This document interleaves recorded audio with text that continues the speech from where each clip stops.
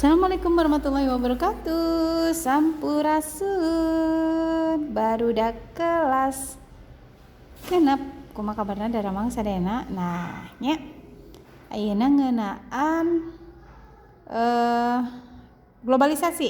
Nah nya sateuacan dimulai urang sami-sami ngadoa sasarangan heula.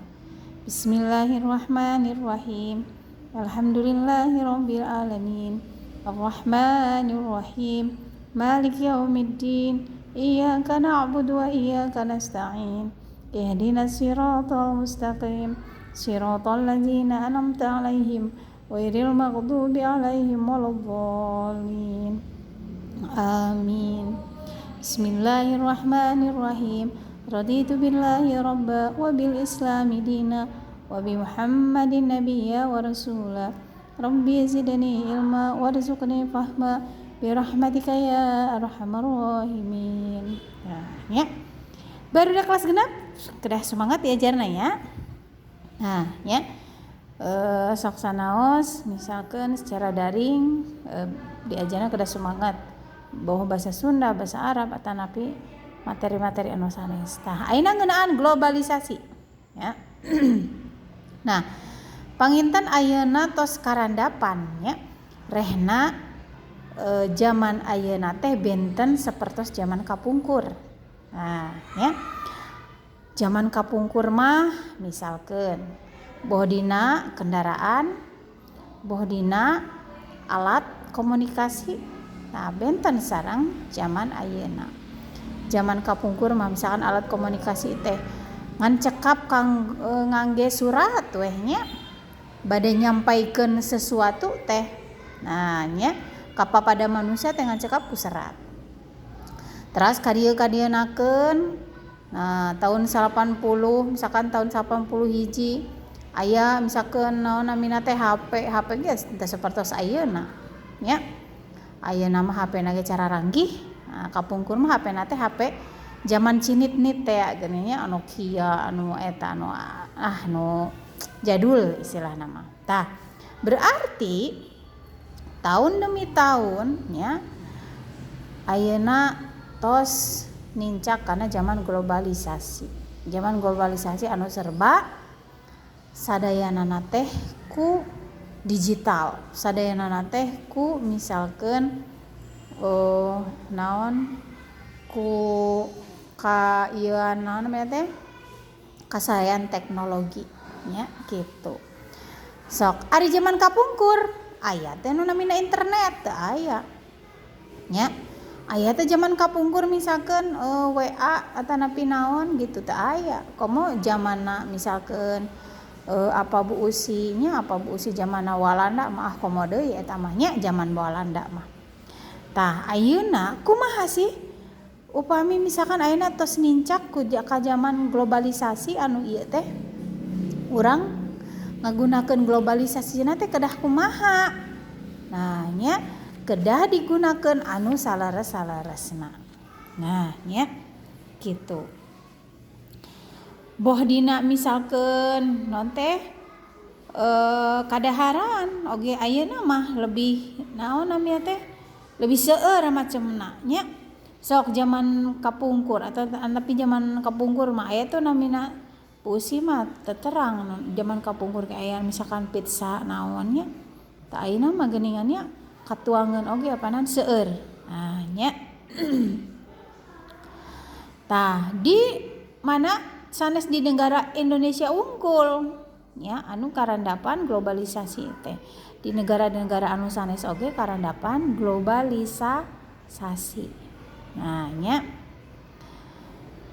tadina pengajaran ieu nyaeta nah aya coba ngeunaan dina kaca 54 wadudi ka Australia.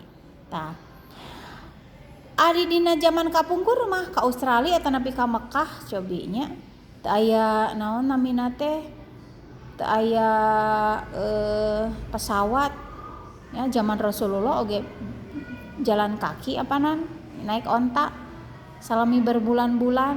Nah ayeuna mah tos karandapan ku globalisasi mah geuningan ka Arab oge sakedap nya janten perubahan zaman kiwari ayeuna tetos ngarandapan ayeuna ku globalisasi. Janten ya urang kedah ngamanfaatkeun globalisasi ieu nya kakenaan globalisasi ieu ku anu saleres-saleresna teu kenging naon namina teh dijadikan hal-hal yang naon anu awon nya tah. Aya sababaraha kecap anu ngeunaan globalisasi. Nah nya kecap anu globalisasi ta ieu nya tadina kaca anu 58 tah ieu mah tos teu ieu deui tos teu birek deui nya. Aya browsing, aya email, aya upload, aya download. Nya patali anu sareng jaringan. Aya portal berita, aya blog. Urang ada mal blog yuk, aya streaming, aya wifi. Nya terus patali jeung media sosial. Status ya, grup chatting teh ayeuna mah aya nya. Messenger, viral. Terus teh hoax, hacker, naon. Terus patali sareng pakakas. Ayeuna mah ku zaman ayeuna aya laptop, flash disk, aya mouse, kabel data.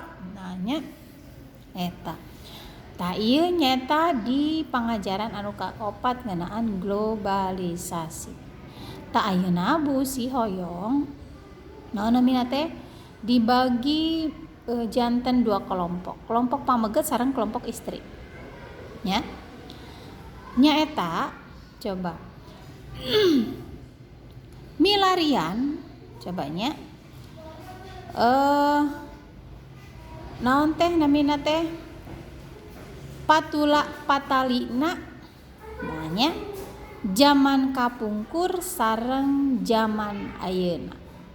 Naon perbedaan-perbedaanana nya zaman kapungkur sareng zaman ayeuna dibagi janten 2 kelompok. Kelompok istri sareng kelompok 2. Janten eta mah mangga anu bade nyeratna misalkeun Keila nya juru tulisna ke disetorkeun ka ibu. Misalkan kelompok pameuget anu misalkan juru tulisna bade Ilham ke disetorkeun ka ibu nya. Kumaha tuh Bu carana misalkan kerja kelompok?